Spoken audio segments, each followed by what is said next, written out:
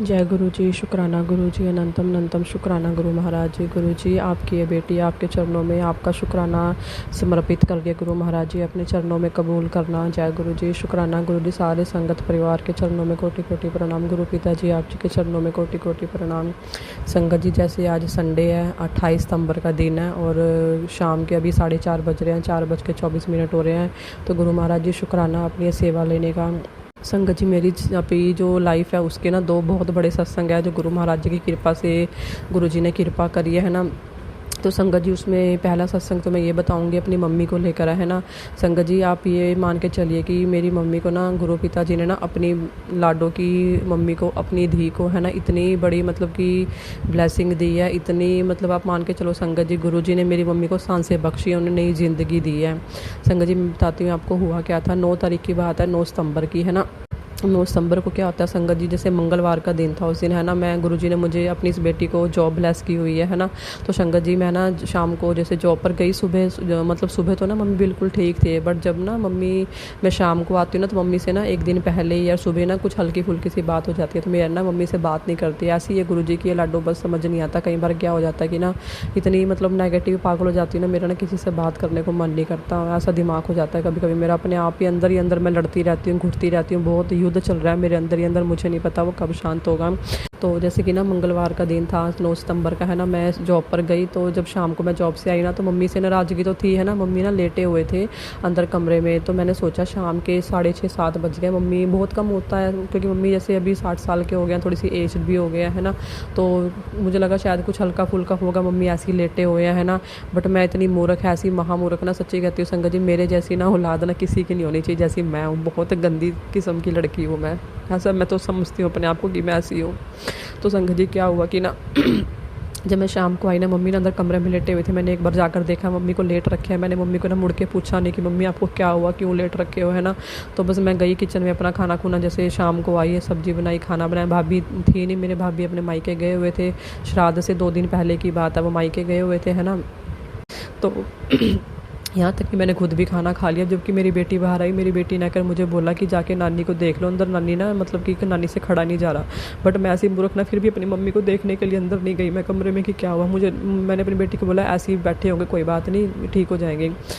तो संगत जी, मैंने ना अपनी बेटी को बोला मम्मी नानी से पूछ के आओ कि कुछ चाय वगैरह लेनी है ना, चाय दूध बना के देती नानी ने। तो मम्मी ने मना कर दिया बेटी को, उसने आके बताया कि नानी मना कर रहा है, कुछ नहीं लेना है ना। तो फिर उसके बाद क्या हुआ, खाना खुना खाया, कमरे में जाकर अंदर बैठ गई। मैं ऐसे ही बैठी नहीं, देखा कि मम्मी की हालत ख़राब सी हो रही है। मम्मी दूसरे बेड पे लेटे हुए थे सामने।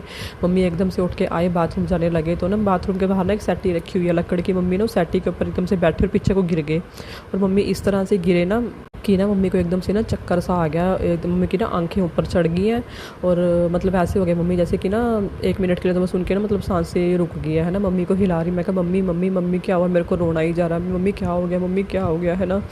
और गुरुजी को पता भी है कि मेरी मम्मी के अंदर मेरी जान बसती है। बस मैंने मम्मी को पूछा क्या, मम्मी 1 मिनट के लिए कुछ नहीं बोले। मम्मी को 2 मिनट के बाद होश आया। मम्मी कहते क्या हुआ, मैं तो बिल्कुल ठीक हूँ, ऐसे बोला उन्होंने।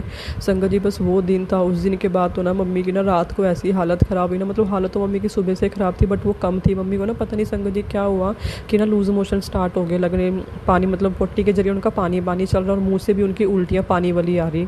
उसके बाद तो संगत जी इतनी हालत ख़राब होगी ना, रात को 12 बज गए थे। रात को 12 बजे, 9 सितंबर का दिन था, मंगलवार का दिन है ना। हम ना, मैंने अपने भाई को फ़ोन करके बुलाया। मेरा भाई घर पे था नहीं, वो बाहर गया हुआ था अपने दोस्त के पास ही। तो मैंने उसको बोला, मैं कहा हिमी मम्मी की ना, तब मैं भाई का नाम लिया अपने कि ना मम्मी की ना तबीयत ख़राब हो रही है। तो एकदम से मेरा भाई घर पे आया। उसी टाइम रात को ना थोड़ा बहुत मम्मी को चलो खाना कुछ पूछा, खाने पीने के लिए चाय पानी दिया। मम्मी ने चाय पी हल्की सी रात को है ना, बट उसी टाइम निकल गई उल्टी के ज़रिए। तो फिर उसके बाद क्या हुआ रात को 12 बज गए थे, जब देखा ज़्यादा ही हालत ख़राब हो गई, नहीं मम्मी का शरीर एकदम बेजान हो गया। मम्मी को ना फिर जैसे संगत जी, मैं बताना भूल गई, माफ़ करना, मैं पंचकुला से हूँ। अपनी आइडेंटिटी नाम तो नहीं बताऊंगी, बस इतना बता सकती हूँ पंचकुला से हूँ मैं है ना। तो फिर क्या हुआ संगत जी कि ना मम्मी को ना हम रात को सेक्टर 6 पंचकुला में हॉस्पिटल, गवर्नमेंट हॉस्पिटल है ना, सिविल अस्पताल, वहाँ पर लेकर गए। तो वहाँ पर ना मम्मी को पूरी रात रखा उन्होंने, मतलब रात को 11 बजे से लेकर, जैसे कि रात को 12 बजे गए लेकर, 12 बजे 12:30 बजे से लेकर सुबह मम्मी ना 3 साढ़े 3 4 बजे तक वहीं पर रहे। बट संगत जी वहाँ पर ना रात के टाइम शायद स्टाफ नहीं था, क्या नहीं था पता नहीं, वो गुरुजी का था कोई है ना, जो बहुत बड़ा कष्ट मम्मी के ऊपर बहुत बड़ी कोई विपदा आई थी, शायद उनकी सांसें तक रुकने वाली थी। गुरु महाराज जी ने मतलब छोटे में वो कष्ट काट दिया ना कि हम समझ भी नहीं सकते उनकी लीलाओं, कैसे उन्होंने सांसें बख्शी है मेरी मम्मी को। संगत जी अब सुनना गुरु जी का चमत्कार क्या क्या किए उन्होंने मम्मी को बचाने के लिए। तो संगत जी वहाँ पर ना सेक्टर 6 हॉस्पिटल में मम्मी पूरी रात रहे, वहाँ पर ना कोई स्टाफ थे ही नहीं शायद रात को, है ना। तो पता नहीं वहाँ पर क्या हुआ, बट मम्मी की ना उल्टियाँ, जैसे मम्मी स्ट्रेचर पर लेटे हुए थे, मम्मी की ना उल्टियाँ लगी रही, मतलब पानी पानी निकलता रहा, वो स्ट्रेचर के ऊपर ही गिरता रहा, मम्मी के फिर नीचे से पोटी आती रही, पानी निकलता रहा, वो भी कपड़ों में रहा। और संगत जी आप यकीन मानिए मेरे मम्मी ऐसे है ना, एक मतलब ना % गंदगी भी बर्दाश्त नहीं करते अपने शरीर के ऊपर, अपने घर तक में। और वो औरत ना पूरी रात, संगत जी मुझे सोच सोच के भी बहुत रोना आ रहा है कि ना पूरी रात गंदगी में स्ट्रेचर के ऊपर पड़े रहे, वहाँ पर कोई देखने वाला नहीं था उनको, है ना। तो बस मेरे भाई के से ना मम्मी की हालत देखी नहीं गई, मम्मी की ना मतलब कितनी मतलब शरीर से कहते हैं ना पानी खत्म, डिहाइड्रेट हो गई थी मम्मी की बॉडी, पानी खत्म होना शुरू हो गया था शरीर से उनके, उल्टी के जरिए पानी पानी निकल रहा है ना, और पोटी के जरिए सिर्फ उनका पानी ही निकल रहा था। तो संगत जी फिर ना मेरे भाई से ना मम्मी की हालत वहाँ देखी नहीं गई, और ना इससे कमजोरी की वजह से मम्मी की ना पैरों की नसें चढ़ी थी। जिस अब जानते हैं संगत जी, अब नस चढ़ती है ना हमारी टांग की कितनी हमारी जान निकल जाती है ना। मम्मी की दोनों पैरों की नसें चढ़ रही है, मम्मी चिक्के मार रहे वहाँ, बट वहाँ पर ना कोई मतलब केयर नहीं हो रही थी मम्मी के, है ना। तो मेरे भाई से देखा नहीं गया, मेरे भाई ने फ़ोन करके बताया मुझे कि मम्मी को ना PGI लेकर जा रहे हैं। जब मेरे भाई ने फ़ोन करके ये बोला ना, मेरे तो सांसें सूख गई, मैं तो रो रो के ना पागल होने वाली होगी थी। मेरे भाई मम्मी को ना PGI लेकर गए। PGI में भी संगत जी ऐसा हुआ कि वहाँ पर भी ना जानती हैं जैसे संगत परिवार जो पंचकुला से लोकल होंगे है ना सब, कि वहाँ पर भी ना कीड़ी की इधर दुनिया पड़ी है, वहाँ पर भी कोई इतना ध्यान केयर नहीं होती है ना। मुझे माफ़ करना, मुझे नहीं पता मैं ये शब्द क्यों बोल रही हूँ, बट मेरे मुंह से निकल रहे हैं, है ना।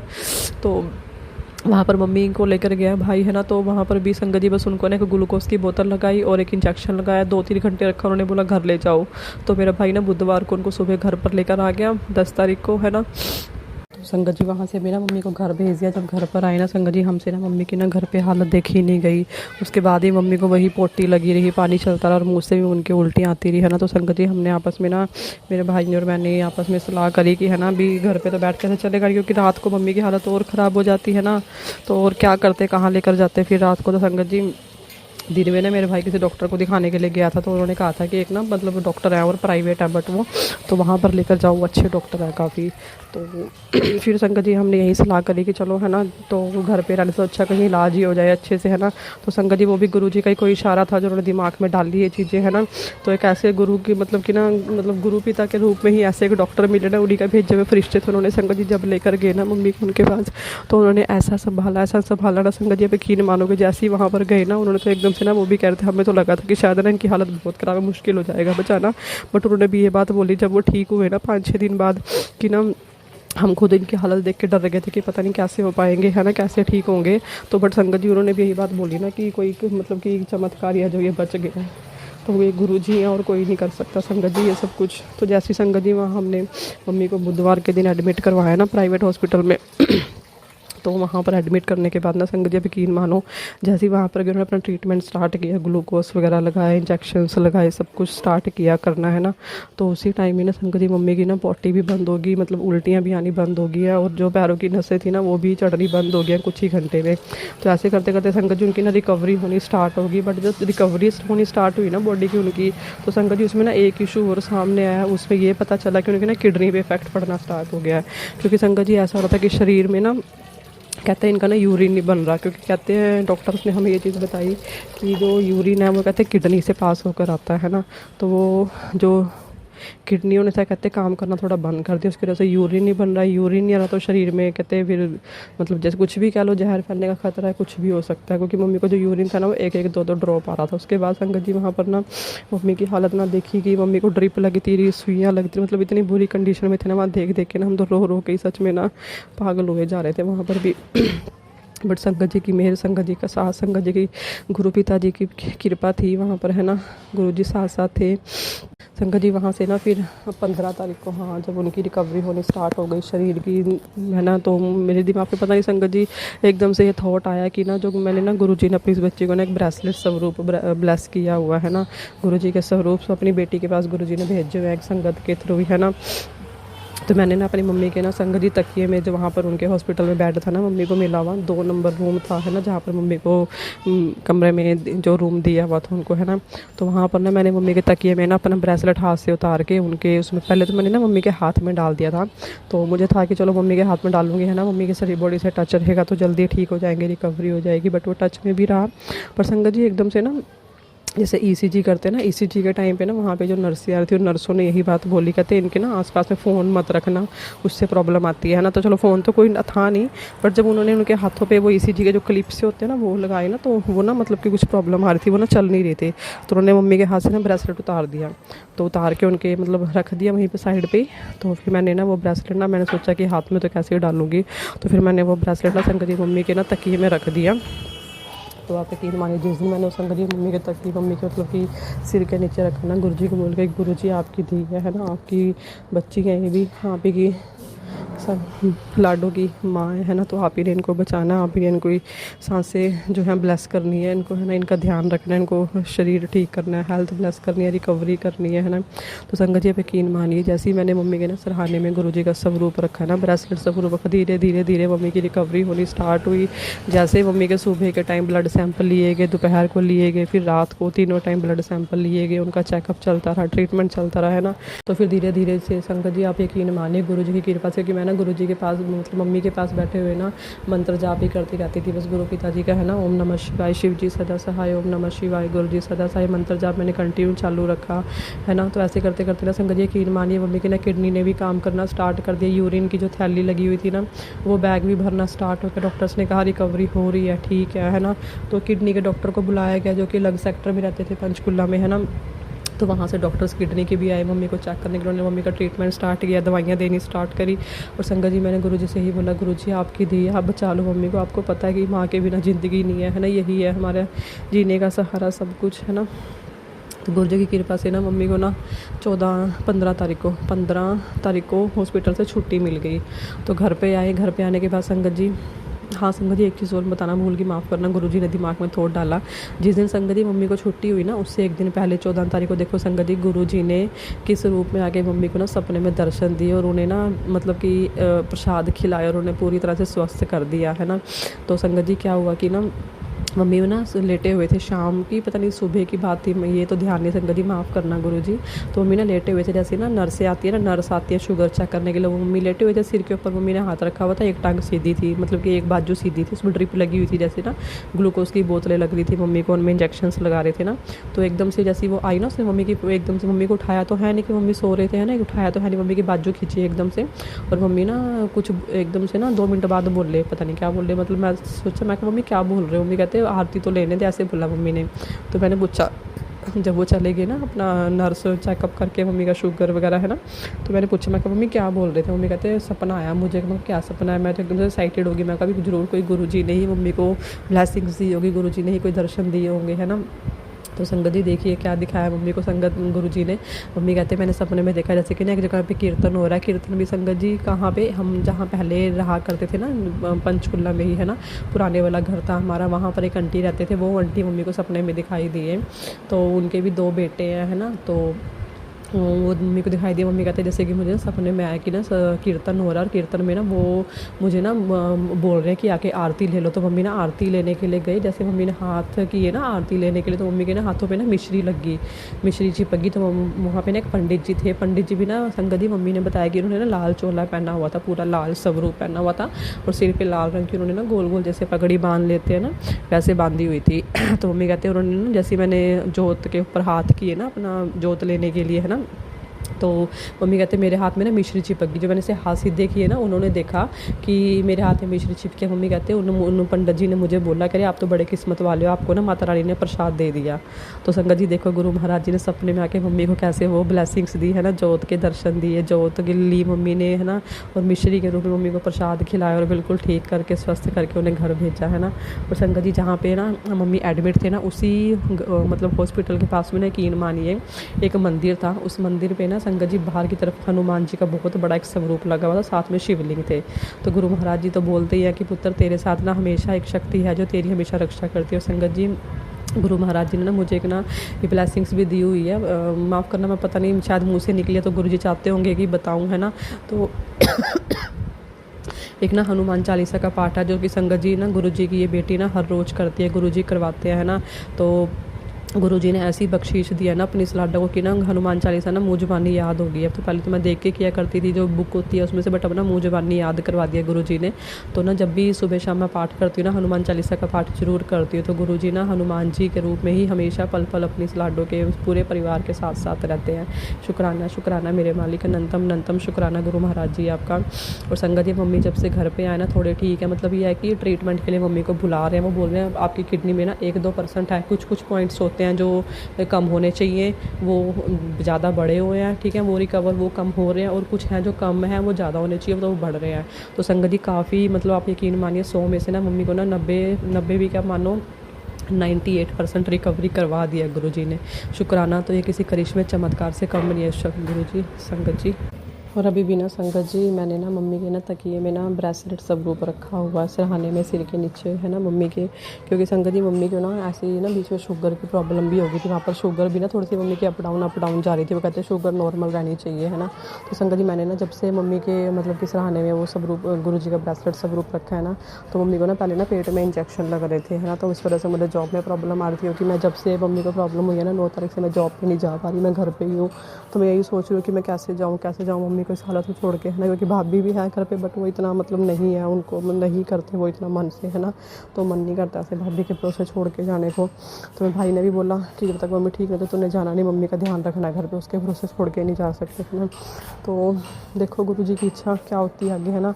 बट मैंने गुरु जी को यही प्रे की थी, गुरु जी प्लीज़, मैंने ये गुरु जी को ही बोला था, गुरु जी प्लीज़ मम्मी की ना ये इंजेक्शन बंद करवा दो, इंसुलिन से लगने बंद हो जाए जो कि पेट में लग रहे थे, है ना। तो गुरु जी की कृपा से वो इंजेक्शन भी लगने बंद हो गए हैं, और मम्मी के शुगर भी मतलब नॉर्मल आने लगी है। खाली पेट जो है वो 110, 11, 12 या फिर 122, 123 ऐसे आती है, और खाने के बाद 150 तक ही जाती है ना। तो शुक्राना शुक्राना मेरे मालिक, इतनी कृपा इतनी मेहर करने के लिए, है ना। मेरी मम्मी को सांस से बख्शने के लिए शुक्राना शुक्राना गुरु महाराज जी। और संगत जी पता नहीं ना, मतलब मैं तो ना जहाँ तक मुझे ये चीज़ें फ़ील हो रही हैं कि ना जब से मतलब इन श्राद्धों के बीच में ना मतलब मेरी मम्मी के मेरे ऊपर ही मतलब इतने ज़्यादा कष्ट आ रखे हैं ना कि समझ में नहीं आ रहा है क्या। गुरु जी का ना मुझे एक मैसेज भी आया था टेलीपैथी से ही अपना यूट्यूब पर, जिसमें गुरु जी की ये ब्लेसिंग, गुरु जी का मैसेज था कि तुम्हारे ऊपर ना मतलब कि काली क्रियाएँ की जा रही हैं, जो कि ना मतलब कि मान नहीं रहे हैं कि तुम्हें किसी भी तरह से नुकसान पहुंचाने की कोशिश कर रहे हैं, है ना। और ये क्रियाएं इतनी तेज़ है ना कि मतलब ऐसी कुछ मैसेज थे, मुझे अच्छे से याद नहीं, बट इतना था कि वो मैसेज ये ऐसे कुछ थे कि तुम्हारे ऊपर ना काली क्रियाएं किए जा रहे हैं, करने वाले मान नहीं रहे हैं, बट उन्हें ये नहीं पता कि तुम उनसे ऊपर भी कुछ है ना।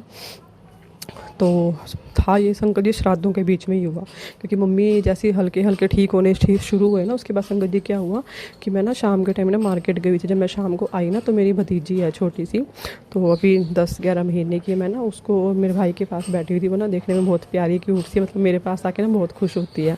मैं घर पर आई, कुछ सामान लेकर जैसे ही मैं आई ना, मैं उसको ना अपनी गोद में लेकर बैठ गई। तो जैसे ही मैंने उसे गोद में लिया ना, मुझे पता नहीं था कि मेरे पीछे दूध का गिलास रखा हुआ गर्म, मेरी भाभी ने मम्मी को देने के लिए रखा हुआ था, है ना। तो मैंने ध्यान नहीं दिया, पीछे रखा हुआ, मैं उसको लेकर बैठी, पीछे से टीवी पैनल होता है ना वो चीज़ बनी हुई है।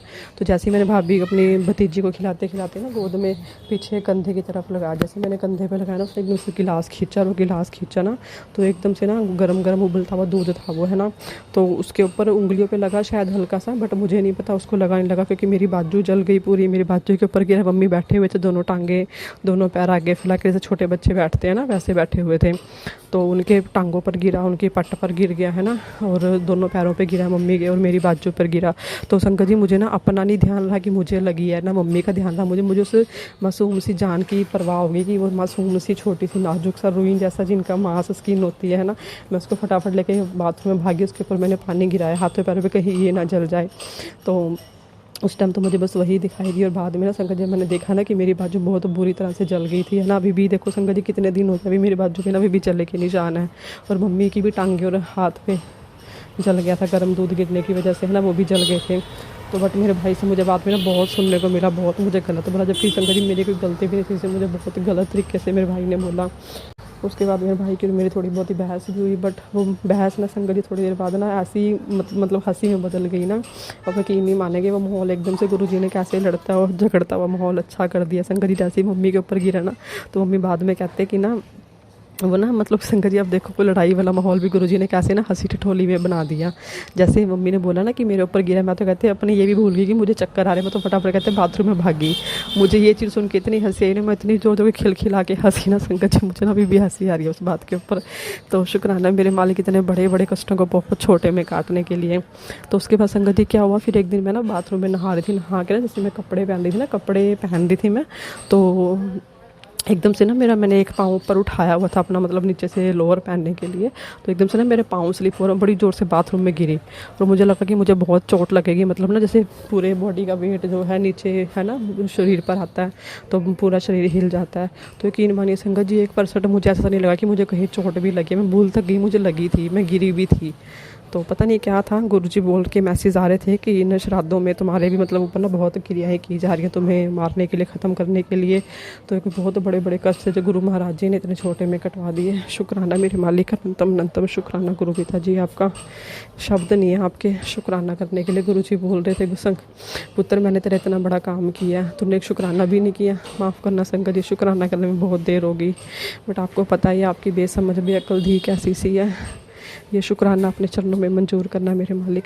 जय गुरु जी, शुक्राना गुरु जी महाराज जी। संगत जी मेरा अगला सत्संग जो है ना वो मेरे अपने लिए ही है, माफ़ी चाहूँगी मैं संगत जी, मेरा सत्संग थोड़ा सा बड़ा हो रहा है, मैं बहुत शॉर्ट में रख रही हूँ सत्संग को अपने, फिर भी है ना संगत जी। मैं ना जैसे पहले सत्संग में एक चीज़ बता चुकी हूँ कि मेरी जो मैरिज थी वो हुई थी अभी 2022 में है ना, सितंबर के मंथ में हुई थी। मैं डेट तो नहीं डिस्क्लोज़ करूँगी, सितंबर के मंथ में ही हुई थी है ना मैरिज मेरी। तो संगत जी मैरिज मेरी ये सेकंड मैरिज थी, पहली मैरिज भी मेरी कुछ ठीक नहीं चली है ना, 1 साल ही चली है मैरिज, और पहली मैरिज से मेरे पास एक बेटी भी है, अब 13 साल की है ना। तो अभी 2022 में दोबारा शादी हुई थी संगत जी, पता नहीं गुरु जी की क्या मर्जी है, क्या इच्छा है गुरु जी की है ना। तो संगत जी मेरी उसमें वो मैरिज भी ना सिर्फ 6 मंथ ही चली है, 6 मंथ के बाद भी मेरी उस मैरिज में कुछ प्रॉब्लम्स आ गई, इस वजह से मुझे कोर्ट में के जाना पड़ा। मैं जाना नहीं चाहती थी, बट संगत जी पता नहीं मजबूर कर दिया मुझे वहाँ जाने के लिए। संगत जी कोई भी लड़की नहीं चाहती है ना कि अपना घर बर्बाद करे, अपनी शादीशुदा ज़िंदगी कोई भी लड़की ख़राब नहीं करना चाहती है ना। मुझे तो संगत जी दूसरी बार मौका मिला था अपना घर बसाने का, पर पता नहीं संगत जी शायद किस्मत में क्या था क्या नहीं, वो गुरुजी जाने है ना, मालिक जाने मेरे। तो मैंने बहुत कोशिश करी संगत जी कोर्ट ना आ जाऊँ, मैंने पूरा 1 साल अपने हस्बैंड का इंतज़ार किया, उन्होंने मेरे फ़ोन उठाने बंद कर दिया, मुझसे बात करनी बंद कर दिया ना। तो मैंने गुरुजी से पूछा पहले पर्ची डालकर है ना कि मैं संगत जी कि मैं गुरुजी क्या करूँ, मैं कोर्ट जाऊँ कि पहले अपने हस्बैंड के पास जाऊँ है ना, क्या करूँ मैं। तो बात करते करते संगत जी ऐसा हुआ कि ना मैं मतलब मेरे पेरेंट्स मुझे छोड़ने के लिए भी गए थे मेरे ससुराल, बट वहाँ पर भी ऐसे मतलब मेरी सास इन लॉज की तरफ से ना मतलब बहुत ज़्यादा लड़ाई झगड़ा बोलने लग गए है ना। तो नहीं बात बनी, मेरे हस्बैंड भी मतलब ना बातचीत हुई, उसके बाद घर से भाग गए वहाँ से वो भी है ना, मुझे बोलते कि अगर ये यहाँ पर आई तो मैं कुछ खाकर मर जाऊँगा, मतलब ऐसे ही पता नहीं क्या था संगत जी, वो गुरुजी जाने है ना कौन गलत है इन चीज़ों के बीच में। तो ये गुरुजी ने मुझे बहुत सारे मैसेज दिए थे ऐसे कि तेरे पति के दिमाग को कंट्रोल किया हुआ है ना, उसके ऊपर कुछ क्रियाएं की जा रही हैं, कोई मतलब तेरे ससुराल में है जो तुम दोनों को साथ में देखना नहीं चाहते, ऐसे बहुत सारे गुरुजी के मैसेज आए हैं ना। तो इसमें गुरुजी के पॉजिटिव मैसेज भी थे कि तुम दोनों की जोड़ी को मैंने ब्लेस किया, तुम्हें कोई अलग नहीं कर सकता, वो तेरे पास वापस आएगा, तुझसे बात करेगा, अपनी तुझे कुछ बातें बताएगा, तुझे उसकी बातें सिर्फ सुननी है, बोलना नहीं है, लड़ना नहीं है, मतलब बहुत कुछ गुरुजी ने बताया है ना। तो संगत जी मैं इतनी पॉजिटिव हो गई थी ना कि गुरुजी की लाडों के साथ कभी कुछ गलत नहीं होगा, अगर होगा भी तो गुरुजी की इच्छा होगी, कोई बात नहीं, अपनी रजा में गुरुजी मुझे खुश रखना है। मैंने तो ये बोल के गुरुजी को अपना सरेंडर आत्मसमर्पण किया हुआ था है ना। बट संगत जी एक लाइफ में वो घड़ी आई जिसमें कि ना मेरे हस्बैंड तो पहले तो ना डाइवोर्स के लिए मतलब मैं चाहती नहीं थी, मुझे तो सिर्फ ये था मैं कोर्ट में गई गुरुजी के पास पर्ची डालकर पूछ कर है ना, तो मुझे उसमें यस का ऑप्शन आया था कि है ना पहले पुलिस स्टेशन में जाकर कंप्लेंट करनी चाहिए, कोर्ट में नहीं जाना है। मैंने वहाँ पर कंप्लेंट करी, तो वहाँ पर भी मुझे कैसे पर्सन मिले है ना, शायद वो गुरुजी की ही कोई इच्छा थी जिन्होंने मुझे सही राह दिखाई थी है ना। तो मैं पुलिस स्टेशन में गई, मैंने वहाँ पर कंप्लेंट की अपने हस्बैंड के खिलाफ ऐसे से करके कि मैं रहना चाहती हूँ बट मुझे रख नहीं रहे हैं, मैं घर पर भी छोड़ने गए थे है ना मेरे पेरेंट्स मुझे। तो वो मेरे मतलब सास ने मतलब हस्बैंड को इतना ज़्यादा भड़का रखा है, मेरी नंदों ने मेरे सास ने है ना कि वो मुझे शक्ल तक नहीं देखना चाहते मेरी, मतलब इतना हस्बैंड करते थे ना मेरा संगत जी कि वो 1 मिनट भी ना मेरे बिना रह नहीं सकते थे, देखे बिना, मुझसे बात किए बिना, और अब ऐसा कर दिया ना उनको कि मेरी शक्ल तक नहीं देखना चाहते हैं। तो मैंने वहाँ पे पुलिस में गई, कंप्लेंट करी। तो वहाँ पे मुझे ना एक ऐसा इंसान मिला जो कि ना संगत जी मेरे इन-लॉज़ को पहले से जानता था। उसने वहाँ पर जाकर बोला कि चलो अपना पुलिस कार्रवाई को अलग रखते हुए एक मैं आपसी बातचीत करता हूँ, है ना। वहाँ जाकर कोशिश करता हूँ बात करने की, समझाने की उनको, है ना।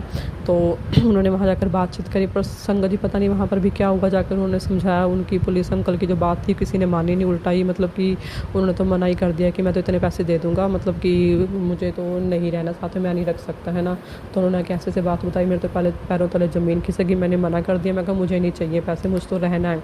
मतलब मैंने ना झूठ ही मतलब अपने हस्बैंड को सिर्फ डराने के लिए बोला, क्योंकि वो ना 1 लाख रुपए देने के लिए कह रहे थे। मैंने कहा था मुझे नहीं चाहिए कोई पैसे। तो मैंने तो सिर्फ उनको डराने के लिए बोला था कि मुझे 20 लाख रुपए चाहिए, ताकि वो डर के मारे शायद मुझे रखने के लिए मान जाएंगे, है ना।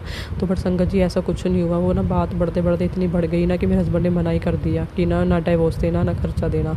उन्होंने ये बोला कि ना जिस हस्बैंड की पहले मैरिज हो रखी थी ना, उन्होंने ये बात बोली वहाँ पर कोर्ट में, मतलब अपने एडवोकेट को। उनके एडवोकेट से पता चली हमें कि उनके एडवोकेट ने मेरे एडवोकेट को बताया। तो मेरे एडवोकेट ने बोला, कहते वो तो ऐसे बोल रहा है कि मैंने ना पहले भी शादी में फ्री में छुटकारा हो रखा है, मैंने वहाँ भी कोई पैसा ना दिया, अभी पैसे नहीं दूंगा मैं। तो मेरे माइंड में संगत जी मतलब एडवोकेट ने भी यही बात बोली कि इन्होंने क्या धंधा खोल रखा है, शादियाँ करके किसी की ज़िंदगी ख़राब करके, किसी की मतलब इज्जत के साथ खिलवाड़ करके, है ना, उनको छोड़ देना फ्री में ऐसे।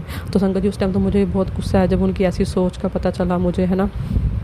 बस मैंने तो गुरुजी के ऊपर छोड़ दिया था। जब ये 2025 का संगत जी साल चढ़ा था ना, मुझे ना गुरुजी के मैसेज आने शुरू हुए थे कि तेरे साथ ना इस साल चमत्कार होंगे, करिश्मे होंगे, है ना। मतलब मुझे तो था गुरुजी चलो 7 नंबर की ब्लेसिंग्स है इस साल में भी, है ना। 25 है, जैसे 2025 का साल है ये। तो संगत जी वही हुआ। एक दिन मुझे मेरे एडवोकेट का फ़ोन आया कि आपके हस्बैंड मान गए। पहले तो मैं सोच गई, पहले तो एक पल के लिए मेरी रोम रोम खुश हो गया था कि शायद वो रखने के लिए मान गया, है ना। तो बट मुझे बात कुछ हो रही थी उसमें। एडवोकेट ने बोला कि आपके हस्बैंड डाइवोर्स के लिए मान गए, वो 1 लाख रुपये देने के लिए रेडी हैं। तो मैंने मन में सोचा संग गुरु जी ये क्या हो गया, मुझसे कुछ और मैसेज आ रहे थे, यहाँ पर तो कुछ और ही होने लगा। मैं कहा चलो कोई ना गुरु जी, जैसे ही आपकी इच्छा है ना। मैं कहा चलो कोई ना, मैं इसमें भी गुरुजी की रजा में खुश रही कि चलो कभी तो अच्छा होगा, कभी तो अच्छा होगा, लाइन पे आएंगे, ठीक हो जाएंगे, है ना। बट संगत जी होते होते ऐसा हुआ कि ना फर्स्ट मोशन आ गई, फर्स्ट डेट आई। फर्स्ट डेट पे हमारी जो एडवोकेट मतलब कि साइन होते हैं ना हस्बैंड वाइफ के डाइवोर्स पेपर पे, वो हो गए। उसमें मुझे हस्बैंड ने हाफ पेमेंट दे दी, 1 लाख रुपये। फिर उसके बाद संगत जी मेरी जो सेकंड मोशन थी 6 मंथ बाद लगती है ना, तो 6 मंथ बाद लगी। उसमें संगत जी आप यकीन मानो मेरी जो डेट लगी थी ना, वो डेट भी वो थी जिस दिन मेरी शादी हुई थी। तो मैं डेट तो नहीं डिस्क्लोज़ करूँगी, बट सितंबर का महीना था, है ना, फर्स्ट वीक में ही मेरी शादी हुई थी। और उसी तारीख को ही संगत जी यकीन मानो जब मेरी सेकंड डेट पास आने वाली थी ना, मैं एक एक दिन गिन रही थी कि अभी ना 6 महीने से 5 महीने रह गए, 4 महीने। मेरी सांसें अटकी पड़ी थी, गुरुजी प्लीज़ आ जाओ, प्लीज़ आ जाओ, कुछ तो चमत्कार करो, इंसान की बुद्धि पलट दो, उसको ठीक कर दो, है ना, उसको सही गलत में फ़र्क दिखा दो। तो बस संगत जी इंतज़ार करते करते 3 महीने, 4 महीने, 1 महीना करते करते फिर दिन गिनने शुरू कर दिए। 30 दिन, 29 दिन, 10 दिन, 15 दिन से, बस 15 से करते करते संगत जी 10 दिन पे आए। 10 दिन से फिर तो मेरे ना सांसें एकदम ही धड़कने बढ़नी शुरू होगी। 10 दिन, 9 दिन, 8, 7, 6, 5, 4, 3 करते करते संगत जी दूसरा और पहला। और जब वही दिन आया ना जिस दिन शादी थी, उसी दिन ही डिवोर्स की डेट थी ना। संगत जी कोर्ट गई, मैं पल पल गुरुजी को याद करती रही, गुरुजी गुरुजी गुरुजी प्लीज़ आ जाओ, मंत्र जाप चलता रहा गुरुजी का। पर संगत जी वही हुआ जो नहीं होना चाहिए था। उस दिन संगत जी हस्बैंड आए, है ना, एक पल के लिए तो संगत जी मैं ना उन्होंने नज़रें मिलाई ना मैंने नज़र, क्योंकि ना उन्हें भी पता है कि शायद वो मेरे साथ गलत कर रहे हैं, है ना, बट उन्हें नहीं समझ आ रही, क्योंकि उनकी बुद्धि जो बंधी हुई है।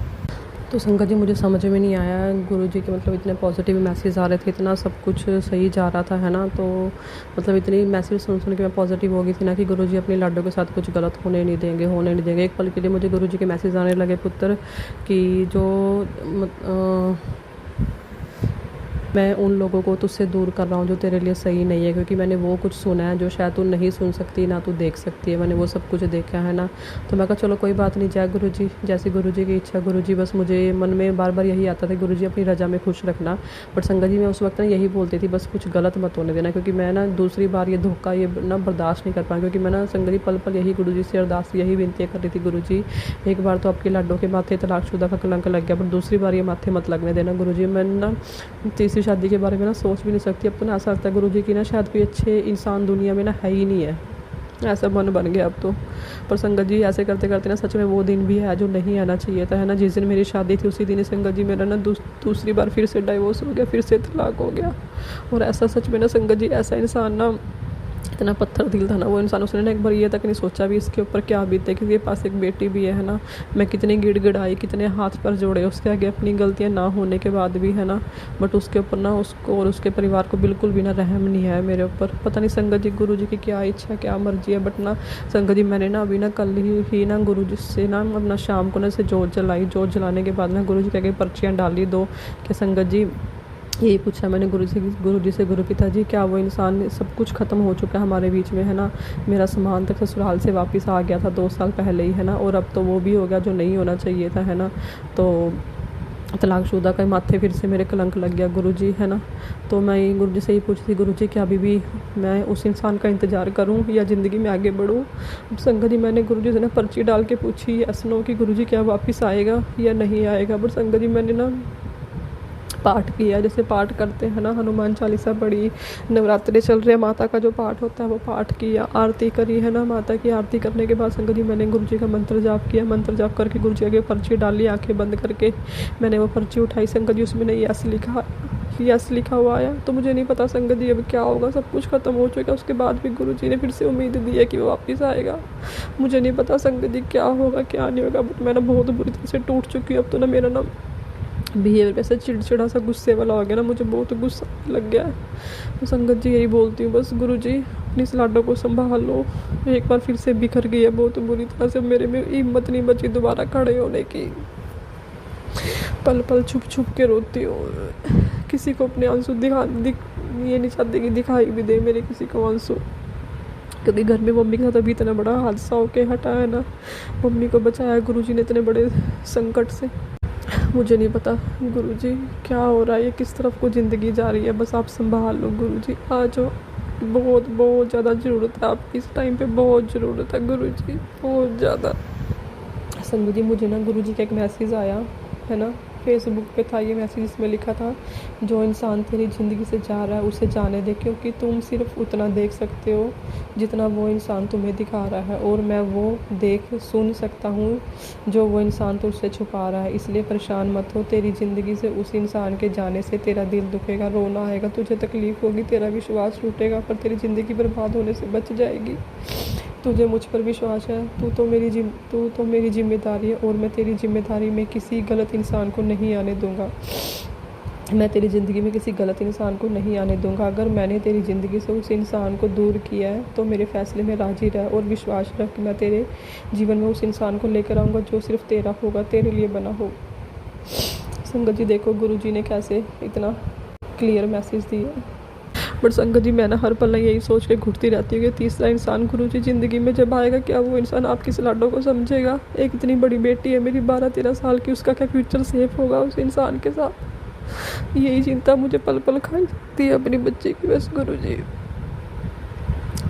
किसी को मुंह दिखाने लायक नहीं रहूँगी संगत जी। तीसरी शादी करके जहाँ भी खड़ी होंगी हर कोई यही बोले तीसरे घर में गई है, तीसरी शादी हुई है उसकी। मेरा तो मेरे घर से ही नाता टूट जाएगा गुरु जी तीसरी शादी होने के बाद। मुझे नहीं पता संगत जी क्या ठीक है क्या गलत है, बट इस समय ना आपकी लाडो गुरु जी बहुत टूटी हुई है, बहुत ज़्यादा। खुल के रो भी नहीं सकती मैं, किसी के आगे अपनी तकलीफ भी नहीं बोल सकती। बस आपके आगे बैठ के गुरु जी मंदिर में आपसे बातें कर लेती हूँ, मन ही मन में आपसे हर पल बातें करती हूँ, हर पल सवाल करती हूँ गुरु जी कि ऐसा आपकी लाडो ने क्या कि दूसरी बार भी उसका घर बर्बाद हो गया। पता नहीं मम्मी को शायद यही चिंता दिन रात खाई जा रही है। मदद करो गुरु जी, मदद करो, आ जाओ प्लीज़। अब तो अपनी लाडो का हाथ पकड़ लो कि गुरु जी प्लीज़, आप ही ने संभालना, आप ही का सहारा है गुरु जी।